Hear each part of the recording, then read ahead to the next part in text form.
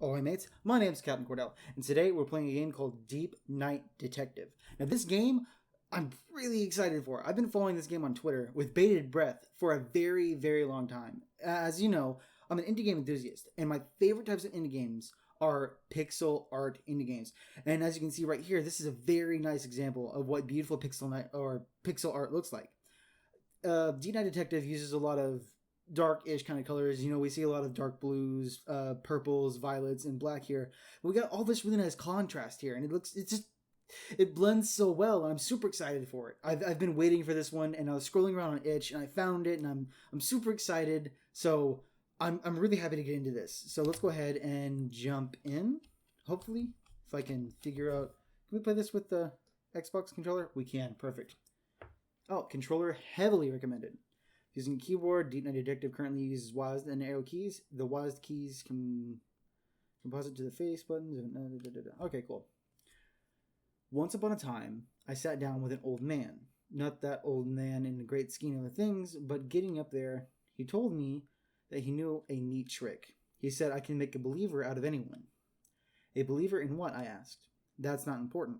Everyone's a damn agonistic until you start grilling them. You want to know how I do it, then, he asked. All you got to do is ask him, do you think Hitler was pure evil? I waited for the punchline. That's it. That's all it takes. One simple question. Watch him squirm over that one. His sharp eyes betrayed his complete incoherency. He spoke total nonsense, but he composed himself as if he were cold and calculated, almost sadistic. I'm not sure if I understand what he was trying to say. A rare, quiet day. Something about the summer heat makes people suspicious, I guess, because spooky private investigations pulls in great business this time of the year. A cheating husband job came up totally dry, and the wife is suspicious enough to pay for another week's investigation. It would take a pretty big idiot to turn down an easy job, and an even bigger idiot to waste his time on it. So I sent Calloway to detail the guy. It's pretty far below his pay grade too, but oh well. I sent him not because I don't have the time, but exactly because I do. He needs something to do, and I need to enjoy a summer's day for once. Besides, I'm sure it's only a matter of time before the phone starts ringing again. That or the other thing happens. I'm hoping it's the phone this time. The ever-looming idea that such a rude interruption could be right around the corner makes me want to get up as much sunlight as I can, or get as much sunlight as I possibly can. Also, I kind of want to break away from reading the dialogue. This music's nice. It kind of sets the entire tone. Throughout, okay, I can't be completely sure, but all the screenshots and like little tidbits I've seen of Deep Night Detective on Twitter, you don't see much of our detective. This is probably about as much as we'll see. He's shrouded in his coat and hat, so it leaves this aura of mystery, and this really nice music just accompanies that, and it just sets so well, and I love it. It's a really nice touch. This is really cool.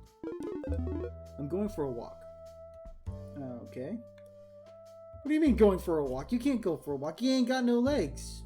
And you jump really high. And a float system. Cool. Okay, so this is my desk. I've got one of those blank lamps and an old-fashioned telephone. No computer. Why bother? I do most of my work from my phone. Or from the people summoning me against my will. Okay, so we can press B to interact with items. The mean streets of the city. Admittedly less intimidating when you're already dead. Also, it's a gorgeous day. Some sunlight's gonna do me good. This is a lamp. Oh wait, there was something about a later version.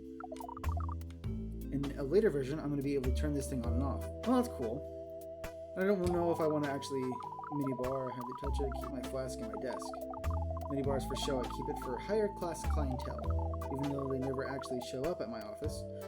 Alright, I don't know if I want to just go through and read everything about it. I do want to read about you. What's your name? Hey, Susie, how's tricks? Slow day for once, no calls. How are you today, Mr. Spooky? You know what? I'm kind of relishing a quiet day. Is that so?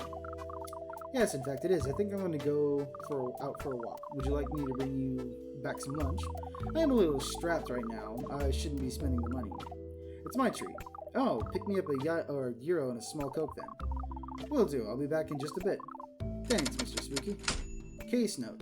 How can I open that? I assume it's... Yep. So, General. Susie's order. Susie wants a euro and a large soda. I'm pretty sure... Oh, well. They didn't specify the size, they just said a Coke. But although I like that. I like how when you open the case notes and you like select a note, it just types it all out. That's a very nice transition. It really just kind of sets with that whole detective theme we got here. The last detective... I just closed the game.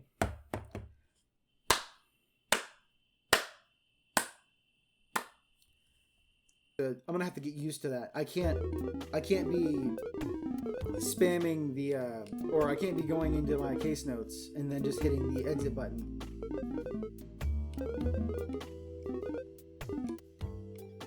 Okay, so we're back here again. We'll talk to Susie.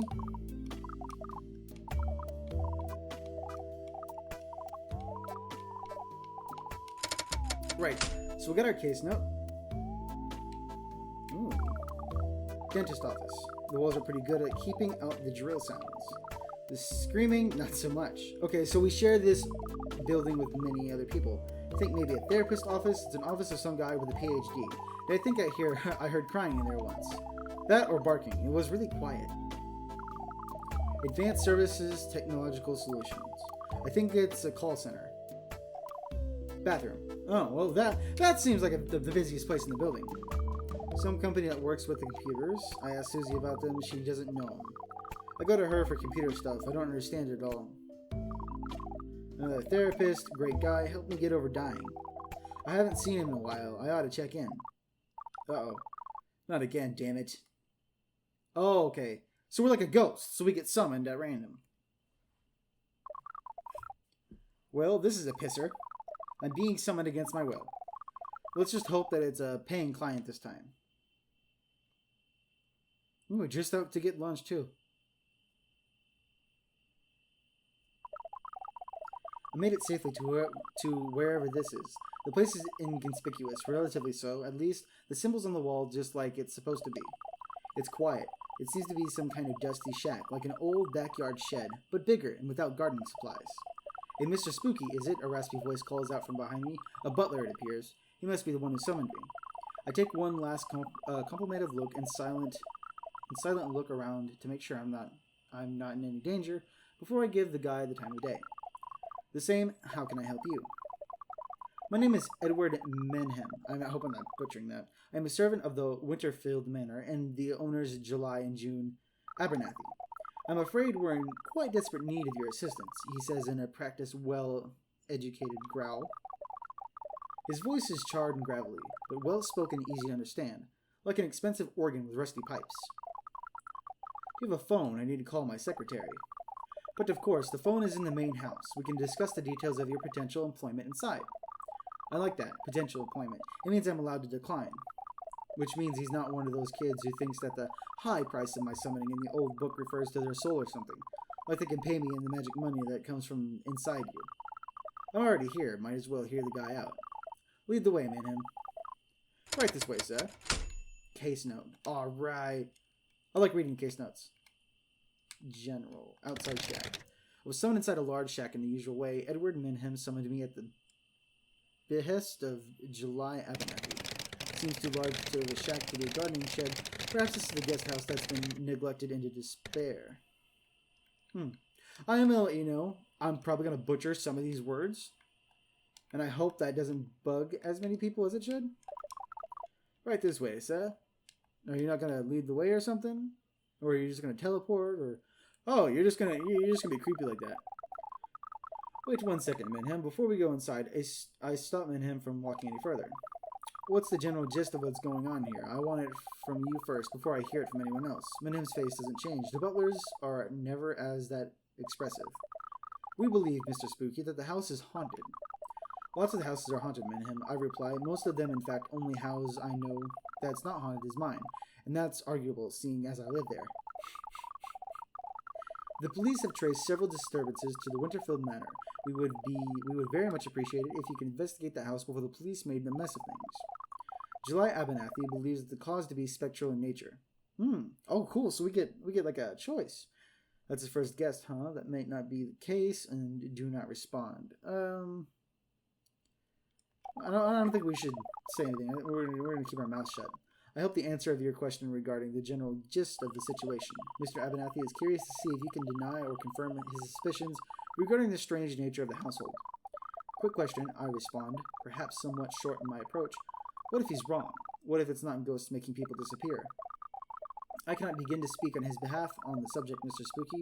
If he designs to return soon, you may speak to him about it then. This is Minham's last word on the situation before he leaves and turns back towards the house. Are there ghosts here? Yeah, obviously. I can feel them from all the way over here. But are these the same ghosts that answer to the Abernathy problems? Let's hope so, for their sake. Case note. I'm going to bug you guys with reading all the case notes every time we get one. Every once in a while, I'll probably go back if I need to get a little bit of help solving an issue, though. Deep Night Detective. Don't tell me that was the end of the demo. Book 1. Sympathy for the Devil.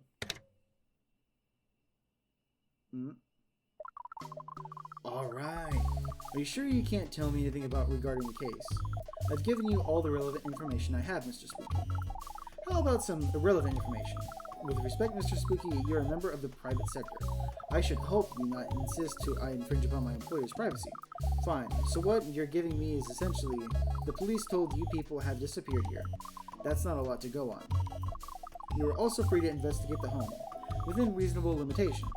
If you believe that's not enough to justify your time, I'll make do. Thanks anyway. I pray that you not take it too personally. No sweat, we're solid. I'll take a look around. Awesome, now we get free range of the household. You're gonna regret that. Are you July? Pardon me, I see the woman blocking the entrance to the southwest wing. Detective Spooky, mind if I slip by real quick? Oh, hello, Detective. I'm Valerie Deed. We're gonna skip the last names. I'm afraid now might not be the best time. If you don't mind me saying, could you come back another time? Why is that, I ask? Is it being fumigated or something? Yes, it's being, well, no, I mean, it's not being fumigated, but you can't go in right now. June is unwell right now. The direct approach rarely works on a willing violet like this one, unless you're willing to scare them off and upset the fragile ecosystem of a suspicious house. Valerie, I'm gonna chance it. Beatrix, you said? May I ask? No, that's you said, may I ask as to what your relationship is to the owners?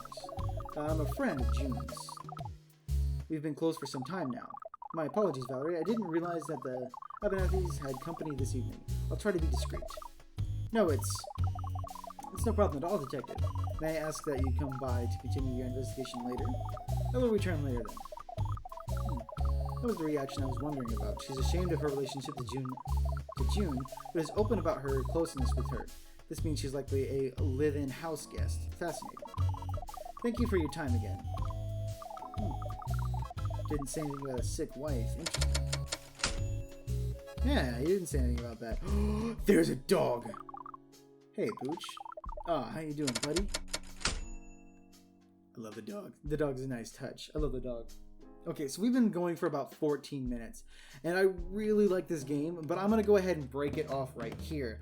We're going to go ahead and continue this next time. So, thank you guys so much for watching. I really do appreciate you guys taking the time out of your day to come and spend some time with me as we play through Deep Night Detective. Now, if you want to play this game for yourself, it'll be down in the description below. I'd highly recommend it. This music's really nice. The sprites are really nice. Everything just melds together so well. It creates such a wonderful, mysterious atmosphere. It's really nice. I can't really explain it. I just can't wait to get through the rest of it. So, thank you guys so much for watching. I really do appreciate it. As always, my name's Captain Cordell, and I'm shipping out.